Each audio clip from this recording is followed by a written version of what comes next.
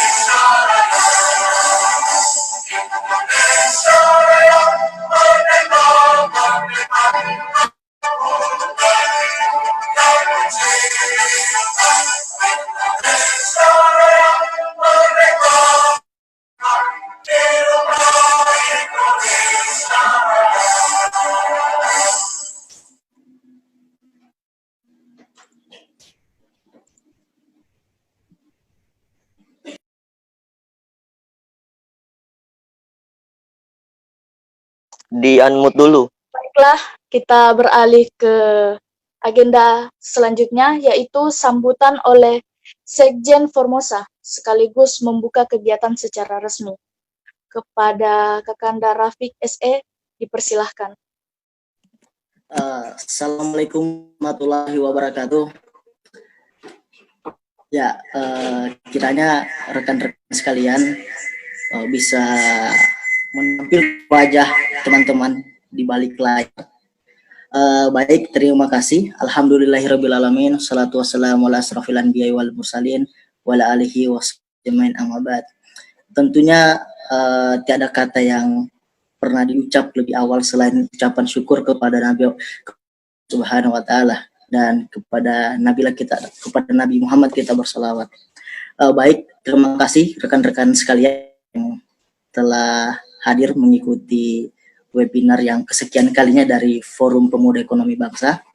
Perlu sampaikan lebih awal narasumber kita yang akan memberikan atau memantik kita siang harinya itu seorang bupati dari Jawa Timur.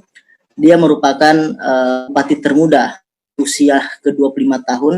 Di usia yang 25 tahun dia telah menjadi seorang bupati, wakil bupati, mohon maaf, bupati dan sekarang diangkat menjadi bupati karena Bapak Emil Dadak itu sudah menjadi wakil gubernur di Jawa Timur mendampingi Ibu Kofifa.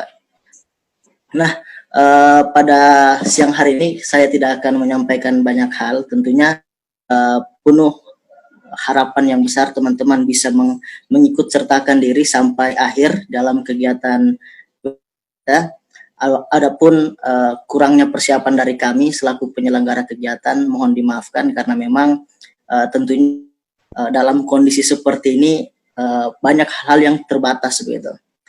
Mungkin itu saja, mengingat yang dikonfirmasi oleh pemateri tidak bisa begitu lama, jadi saya akhiri.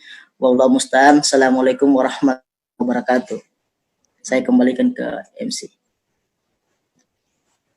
Terima kasih kepada Kanda Rafiq SE. Kita beralih ke agenda inti dari web seminar kali ini, yaitu Dialog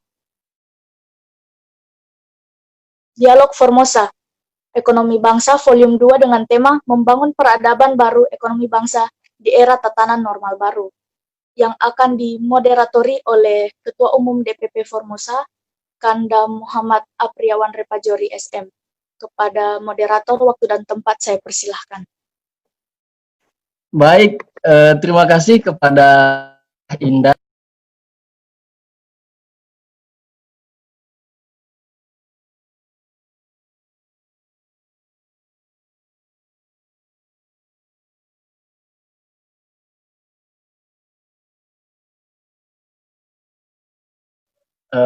Perkenalkan, saya Muhammad Apriawan, selaku Ketua Umum DPP Formosa, dan pada kesempatan kali ini akan memimpin dialog kita dengan tema membangun peradaban bangsa di era tatanan normal baru, di mana tadi Sekjen sudah sampaikan bahwa pembicara kita pada kesempatan kali ini, pemantik kita adalah Bapak Muhammad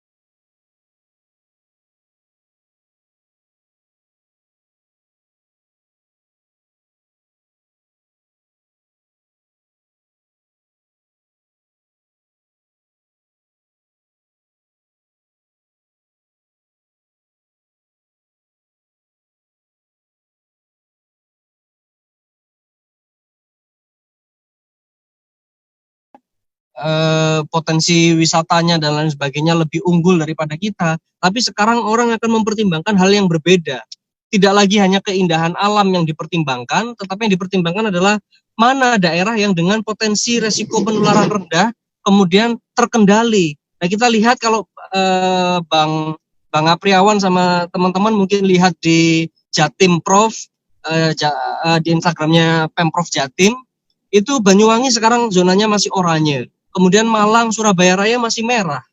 Nah, sedangkan Trenggalek kuning. Artinya kalau orang-orang sudah nggak betah dengan work from home, sudah mulai pengen leisure, pengen merasakan bagaimana sensasi wisata new normal, dan yang dikunjungi pertama pasti daerah yang dengan resiko penularan rendah. Nah, ini sebenarnya jadi advantage. Jadi Jadi keunggulan bagi daerah-daerah dengan resiko penularan rendah.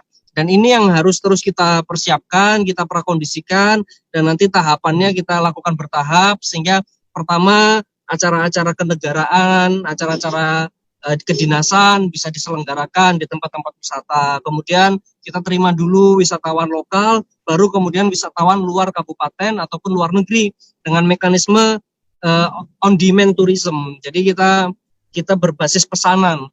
Jadi orang luar kota kalau mau masuk, kita sediakan aplikasi, kita sediakan website, kita sediakan platform sosial media, harus pesan dulu sebelum kalian masuk. Harapannya apa? Ketika nanti kalian dari luar sudah pesan, tinggal tunjukkan kode pesanannya, akan kita kasih rapid test gratis, sehingga yang non-reaktif bisa kita pastikan ke tempat wisata dengan aman, dan protokolnya kita sediakan.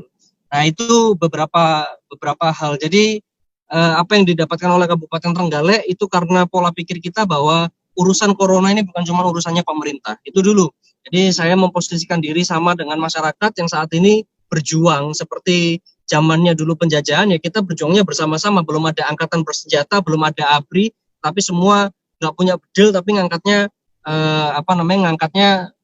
bambu runcing. Nah, kita pun juga segitu, kita nggak punya vaksin, ya kita angkat ya masker gitu. Kita angkat masker, kita angkat face shield, kita angkat cuci tangan pakai sabun. Itu yang bisa kita lakukan untuk mengalahkan corona ini. Jadi gitu Bung, permulaan dari saya. Ya. Siap, terima kasih Cak. Jadi sangat banyak tadi hal yang telah disampaikan Cak Ipin tadi. Saya ingin bertanya nih Cak, tadi kan sempat disampaikan bahwa jadi kurang lebih hampir 10 miliar ya, atau 10 miliar total dana yang didapatkan dari kemenangan dari Kabupaten Trenggalek ini atas kedisiplinan masyarakat. Dan dana itu nanti rencananya mau dibuatkan apa Cak? Mau dikelola seperti apa Cak? Ya, jadi tentunya karena sekali lagi meskipun mungkin nanti suatu saat status darurat bencana corona ini sudah dicabut, tetapi selama vaksin dan obat belum ditemukan, maka kita harus terbiasa dengan protokoler new normal.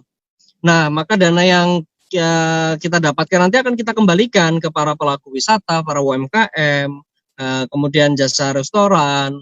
Ini untuk kita gunakan untuk membina mereka, untuk memperkuat daya saing mereka. Karena nanti investor, wisatawan, itu yang ditanyakan bukan lagi apa potensi daerahmu, tetapi seberapa sehat dan seberapa aman daerahmu dari virus corona. Itu akan menjadi pertimbangan pertama orang untuk memutuskan apakah akan berkunjung ataukah akan berinvestasi. Jadi nanti akan kita perkuat untuk hal tersebut, sehingga temanya sekarang bukan lagi kita mengatasi wabah corona ini, tetapi lebih ke arah pemulihan, baik dari sisi sosial, ekonomi, terus kemudian penanganan kesehatannya tetap kita perketat. Jadi perbatasan-perbatasan tetap tidak kita buka, kemudian checkpoint tetap kita berlakukan. Nah, itu yang akan tetap kita perkuat, kita gunakan dana itu untuk hal tersebut. Ya, baik. Terima kasih Cak Ipin. Jadi sambil menunggu mungkin ada teman-teman yang ingin bertanya, silakan. Ada yang ingin bertanya? Ya, Rizal UB, silakan. Silakan di open mic-nya. Ya, silakan. Siap. Ya, terima kasih kepada Kakanda moderator dan juga narasumber. Kakanda Nur Arifin. Soalnya kan Siap, masih muda, siap. jadi saya panggil Kakanda aja. Ya, Siap, tambah. siap. Walaupun dalam kesibukannya masih bisa meluangkan waktu dalam rangka dialog ekonomi. Ya, terkait tadi sempat sepintas saya mendengar ada pola-pola yang kita lakukan di dalam menyelesaikan problem yang ada di kabupatennya Kanda, yaitu dengan menggunakan kolaboratif governance ya. Yang Ya, saya betul. pertanyakan seperti apa pola kolaboratif government itu? Mungkin bisa Kanda lebih rincikan supaya kita paham seperti apa dan mungkin saja kita bisa digunakan di daerah-daerah kita. Oke. Mungkin itu saja. Ya, Ya, langsung Oke. aja, Cak, silakan. ya, langsung aja ya. Jadi contoh ketika kami ingin melaksanakan collaborative governance, yang diperlukan adalah bagaimana kita meraih trust dulu kepada masyarakat. Kita harus masyarakat harus percaya dengan setiap apa yang diputuskan oleh bupatinya. Nah, bagaimana untuk bisa percaya? Maka kita harus terbuka dulu. Kita harus menerapkan transparansi terlebih dahulu. Yang saya lakukan adalah saya umumkan bahwa virus ini sudah menjalar dan sebentar lagi pasti akan masuk mendekati Kabupaten Trenggalek. Sehingga kita harus menahan virus ini agar tidak keluar. Nah, ide yang saya usulkan adalah kita harus menutup semua perbatasan, ada 50 akses masuk yang kira-kira itu akan berpotensi untuk membawa pendatang dari luar yang kita tidak bisa ngecek. Sepakat apa tidak? Sepakat. Oke, kalau sepakat saya tolong dibantu untuk memastikan bahwa semua daerah perbatasan ditutup jalan-jalan akses desanya, dan akses kabupatennya, jalan nasionalnya akan kita terapkan checkpoint, sehingga semua yang masuk akan kita data, dan yang lain-lain yang masuk lewat jalur tikus harus kita paksa masuk melalui checkpoint. Nah, ini contoh gotong royongnya. Akhirnya masyarakat apa yang dilakukan? Kita pemerintah membantu bronjong, bronjong itu pagar kawat begitu, kemudian diisi oleh batu. Batunya kita siapkan, masyarakat gotong royong untuk isi batu itu. Sehingga nggak ada lagi yang namanya alasan belum dianggarkan Pak, kita nutupnya pakai apa ya, kita dengan semangat gotong royong dengan alat seadanya gitu. Ada tong aspal bekas pengaspalan jalan, kita taruh melintang jalan, kita isi dengan material padat sehingga orang sudah tidak bisa masuk atau menerobos. Nah, ini cara-cara murah kemudian efektif dilakukan gotong royong. Kemudian selanjutnya saya langsung umumkan bahwa saya tidak mungkin langsung bisa merealokasi dan refocusing anggaran. Saya harus minta dulu kepada pemilik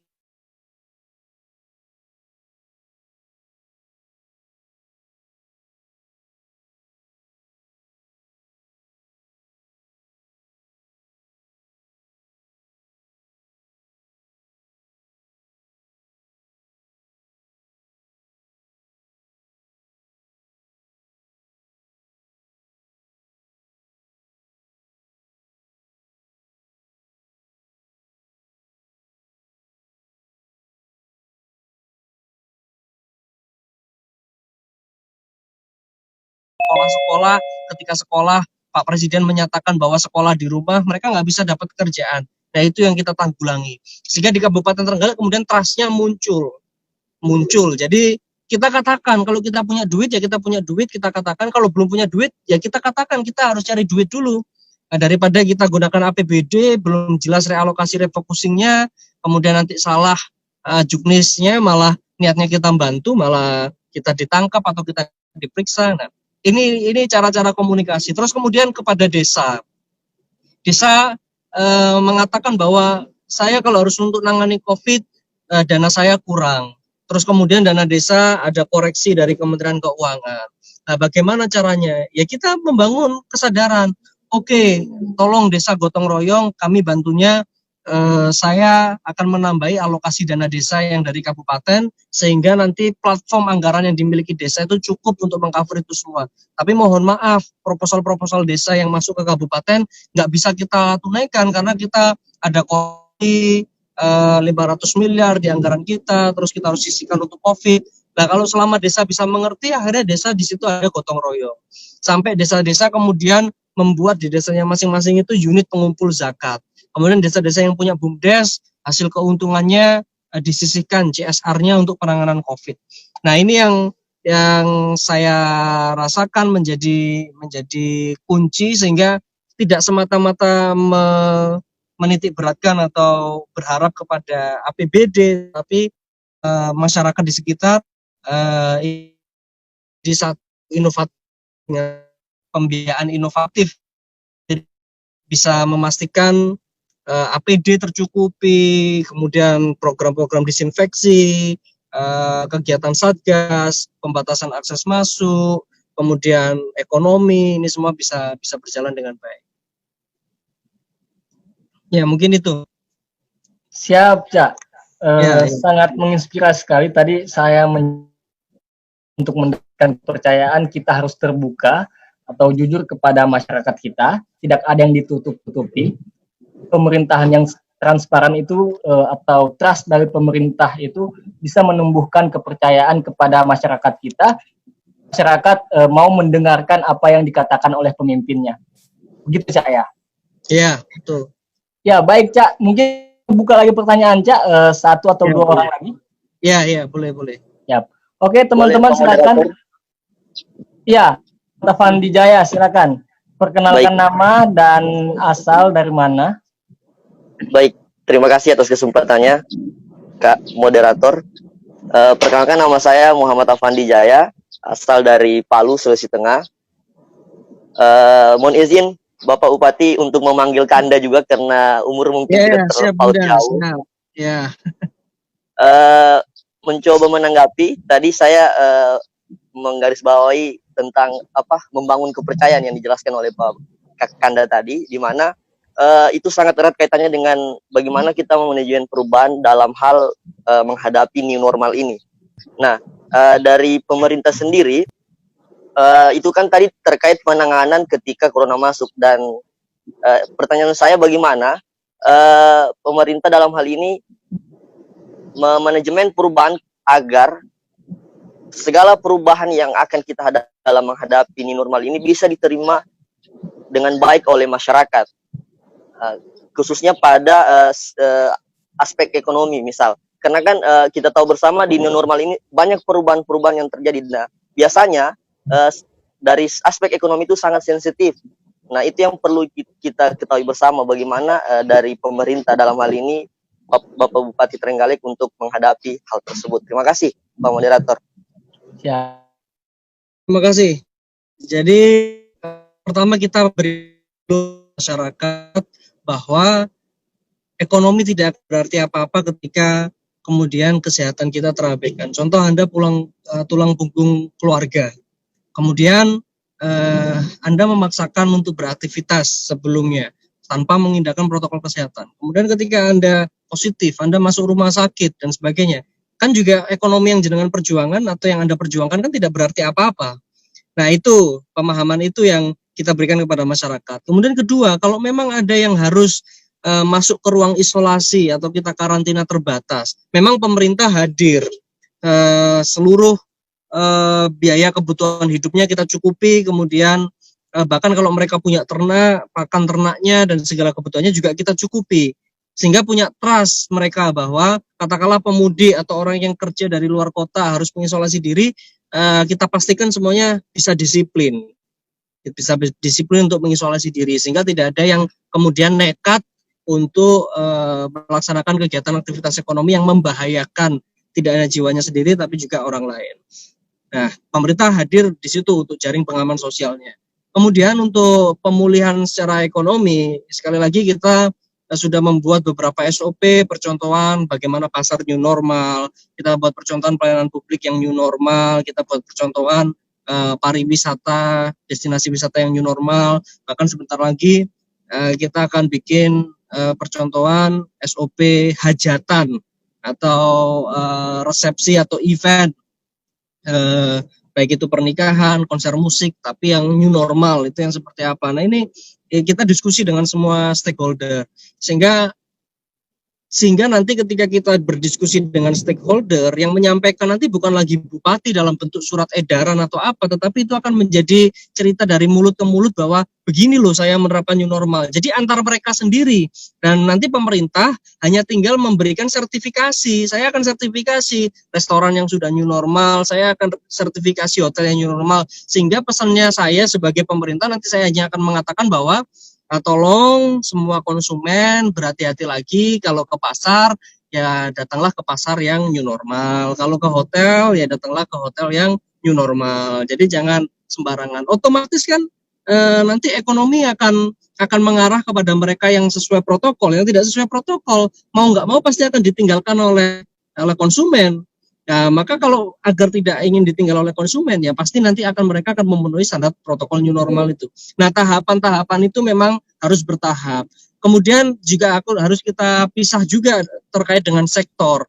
Sektor mana yang sekiranya paling beresiko terhadap COVID. Contoh kalau pertanian, ya pertanian nggak usah dipaksa new normal lah. Orang-orang di sawah itu sudah pasti physical distancing.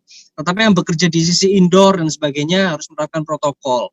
Nah, maka resiko-resiko bisnis ini juga akhirnya kita pilih mana yang harus kita buka dulu new normal, mana yang harus kita nanti dulu. Nah, seperti pariwisata, tahapannya kita harus lebih berhati-hati karena pariwisata nanti kunjungan orang dari luar, resiko penularannya tinggi dan sebagainya. Wisata pun juga kita bedakan yang atraksi, yang indoor maupun yang outdoor, itu resiko penyebaran juga beda. Jadi kira-kira begitu tahapan kita meyakinkan masyarakat terkait dengan agenda perubahan. Jadi satu, kita samakan dulu persepsinya bahwa semua ingin tetap produktif tetapi juga tetap sehat, karena tidak ada artinya produktivitas tanpa kesehatan. Kemudian yang kedua, kita berbicara dengan semua stakeholder sehingga yang kita telurkan bukanlah sebuah kebijakan atau paksaan dari bupati, tapi melainkan adalah kesadaran bersama, keputusan bersama. Kemudian yang ketiga, pembukaannya kita lakukan secara bertahap sesuai dengan tingkat resiko penularan terhadap sektor-sektor tertentu. Bagi sektor ekonomi yang resiko penularannya tinggi, ya kita bukanya bertahap, protokolernya juga kita pastikan lebih ketat. Termasuk juga dalam penyelenggaraan pilkada nantinya, karena pilkadanya Desember, dan kemungkinan besar virus COVID ini juga belum hilang gitu, sehingga pilkadanya juga menjadi pilkada new normal. Itu Mas. Baik, terima kasih Cak atas penjelasannya. Mungkin satu lagi Cak untuk akhir penanya terakhir boleh? Boleh Siap. Satu lagi. Oke, teman-teman yang ingin bertanya silakan. Satu penanya terakhir kami berikan. Ada? Mohon izin masuk, Ping. Oke, siap. Perkenalkan nama dan asal kepada Bang Haris kami berikan. Ya, bismillahirrahmanirrahim. Assalamualaikum warahmatullahi wabarakatuh. Selamat siang semua teman-teman. Saya Haris, saya dari Makassar. Jadi untuk kali ini saya mau bertanya sama Cak Iping mengenai istilahnya inovasi yang dilakukan oleh Cak Iping ini di bidang di bidang ekonomi mengenai tatanan new normal. Kan sekarang Cak Iping lagi membuat semacam gebrakan baru di dunia pasar. Baru-baru ini Cak Iping meluncurkan pasar belanja melalui situs resmi Cak Iping ya. Ya, ada 10 kabupaten yang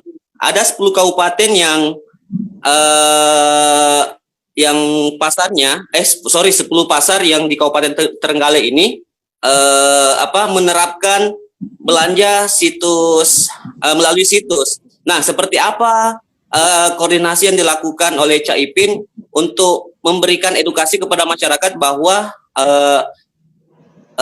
berbelanja di pasar lewat situs resmi itu juga lebih baik daripada langsung berkunjung untuk mengurangi penyebaran virus COVID ini. Terima kasih. Ya, jadi pertama saya jelaskan dulu, website yang kita bikin ini semuanya gratis. Kenapa kok kita bisa dapat gratis? Sekali lagi ini bentuk collaborative governance. Jadi saya merayu salah satu bank, ya ini BRI, saya katakan bank-bank ini kan lesu semua. Karena ekonomi lesu, bank juga jadi lesu. Nah, oleh karena itu kemudian saya katakan bank harus bisa menambah jumlah nasabahnya. Nah, nambah jumlah nasabah secara simpatik dengan apa? Membantu nasabah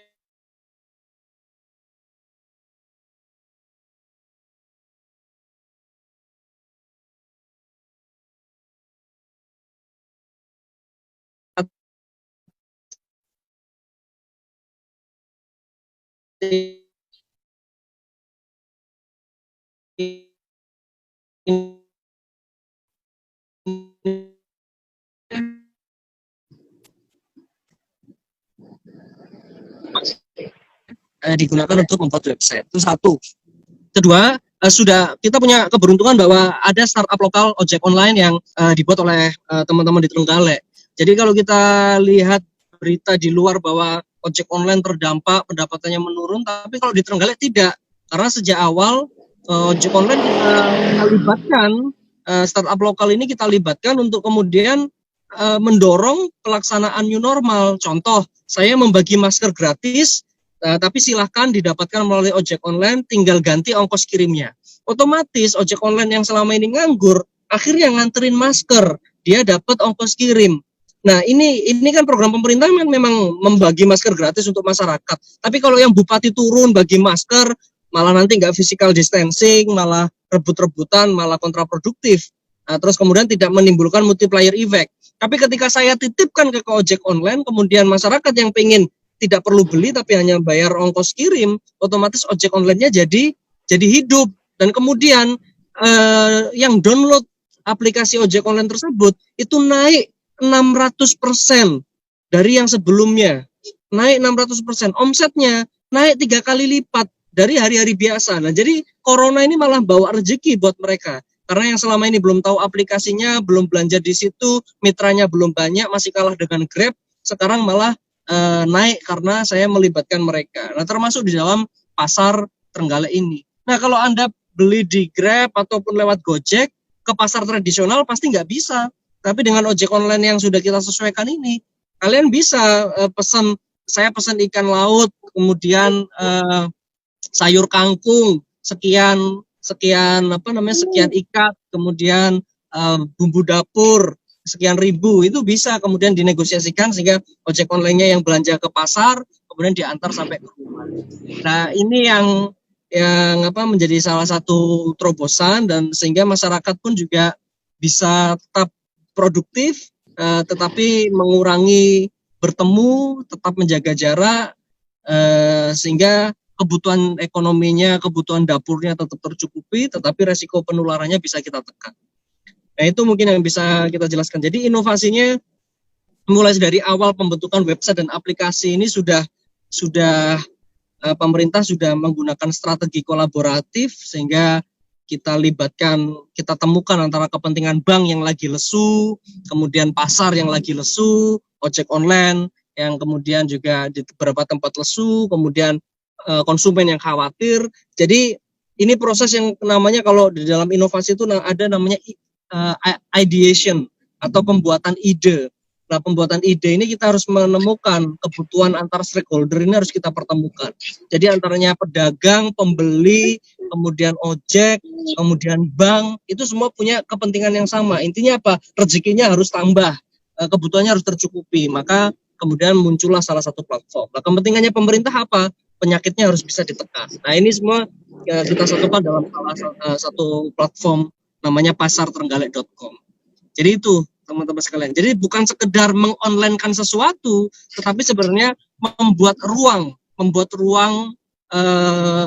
transaksi kepada pihak-pihak yang sama-sama memiliki kebutuhan yang sama.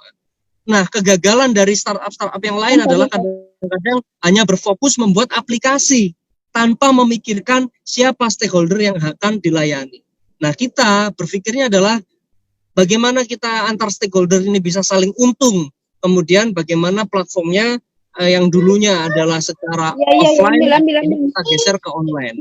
Sehingga harapannya platform ini bisa bertahan atau dalam jangka waktu lama bisa bermanfaat bagi masyarakat, tidak sekedar ada aplikasi terus kemudian tidak ada yang mendownload, tidak ada usernya. Nah, ini yang kita tidak mau. Jadi paradigma kita setting sedemikian rupa. Ya, makasih. Siap, terima kasih tadi atas jawabannya dan pertanyaan Bang Haris dari Makassar. Dan sebelum mungkin nanti Cak ini closing statement, jadi saya sedikit menyimpulkan bahwa jadi intinya adalah kolaborasi antara pemerintahan, pengusaha dan akademisi atau sektor pendidikan untuk bagaimana sebuah daerah itu bisa menjalankan protokol atau bisa tetap eksis di tengah di era new normal ini. Mungkin saya silahkan ke Cak Ipin untuk closing statement, Cak. Dan pesan-pesannya buat teman-teman pemuda se-Indonesia. Silakan, Cak. Ya, jadi kawan-kawan sekalian, kita sudah punya modalitas yang sangat besar karena ketika COVID, hampir semua kegiatan kita shifting atau bergeser dari offline menjadi online. Nah, maka kalau kita sudah bergeser kepada online, maka outreach pemahaman masyarakat itu sangat mudah.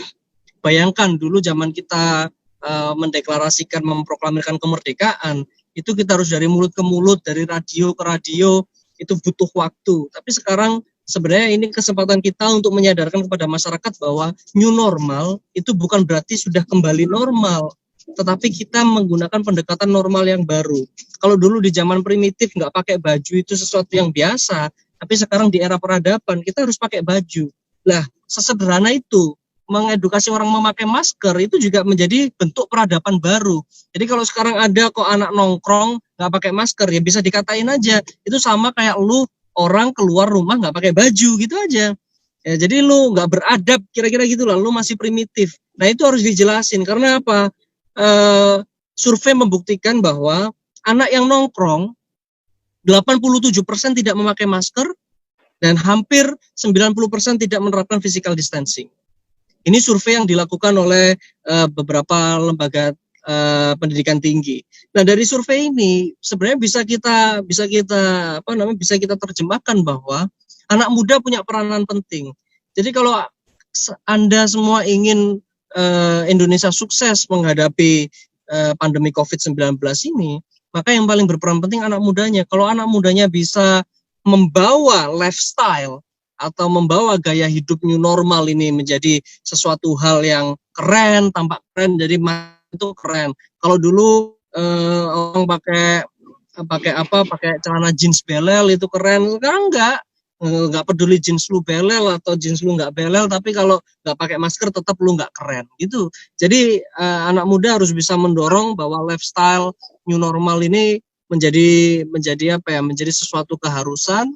Dan kalau kita bisa melaksanakan itu, saya rasa Indonesia akan dapat mengendalikan COVID-19 ini, meskipun vaksin atau obat tidak dalam waktu dekat bisa kita temukan, tetapi kita bisa produktif dan kita bisa bounce back, bisa ada titik balik untuk segera pulih. Dan yang tidak dimiliki oleh negara lain adalah besarnya demand atau besarnya permintaan dalam negeri. Nah, kita ini permintaan dalam negerinya sangat tinggi sekali karena jumlah penduduk kita sangat tinggi. Maka tidak perlu kita mengadakan kegiatan ekspor impor saja, kita bisa hidup dengan memanfaatkan local supply chain atau local business agreement atau apapun namanya. Jadi dengan kita memutar ekonomi di lokal saja, kita itu bisa hidup. Karena apa? Penduduk kita banyak. Otomatis kita jualan di lokal aja, pasarnya sudah banyak. Ini berbeda dengan daerah-daerah yang jumlah penduduknya mungkin tidak sebanyak Indonesia. Jadi kita punya kesempatan tumbuh yang lebih besar. Bayangkan Inggris ekonominya minus 10%. Kemudian Spanyol minus 12%. Daerah-daerah Eropa yang lain, Jepang minus 8%, Amerika minus 8%. Tapi Indonesia masih bisa tumbuh positif meskipun hanya 2%. Nah, jadi ini kesempatan kita, kesempatan anak muda untuk kita bisa membawa Indonesia menang, merdeka dari penjajahan baru yang namanya virus corona. Terima kasih.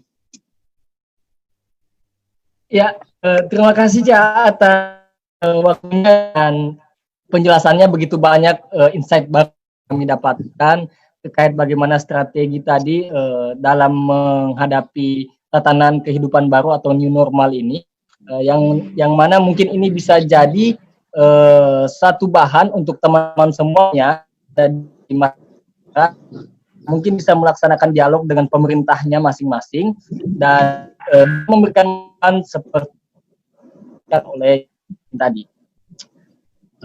Terima kasih banyak Cak atas waktunya. Terima kasih. Dia hadir di seminar ini Cak. Siap, terima kasih. Sebelum itu Cak kita foto bersama mungkin Cak boleh? Oh ya, boleh. Mungkin MC dan kalian bisa membuka kameranya. Makanya kita foto bersama dulu.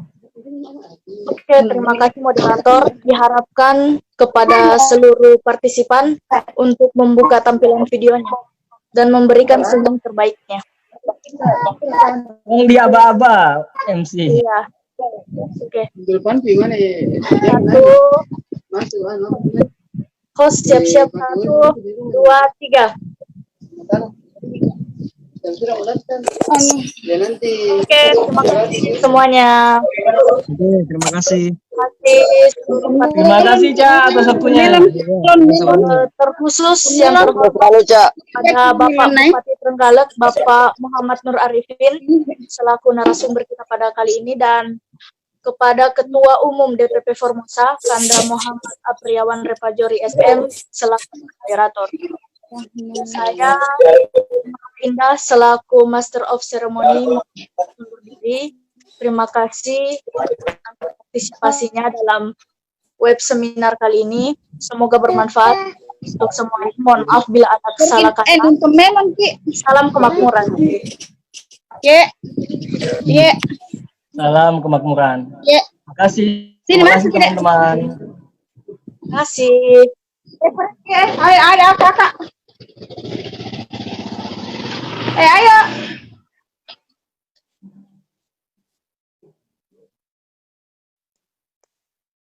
Udah ya? Oh iya, buat yang ketinggalan. Ada hadiahnya. Buku. Iya, buat yang ketinggalan ada siaran ulangnya di Instagram @dpp_formosa. Bisa dilihat di feed IGTV-nya. Oke. Makasih Bu MC. Terima kasih Kanda moderator. Terima kasih teman-teman. Izin live ya. Izin.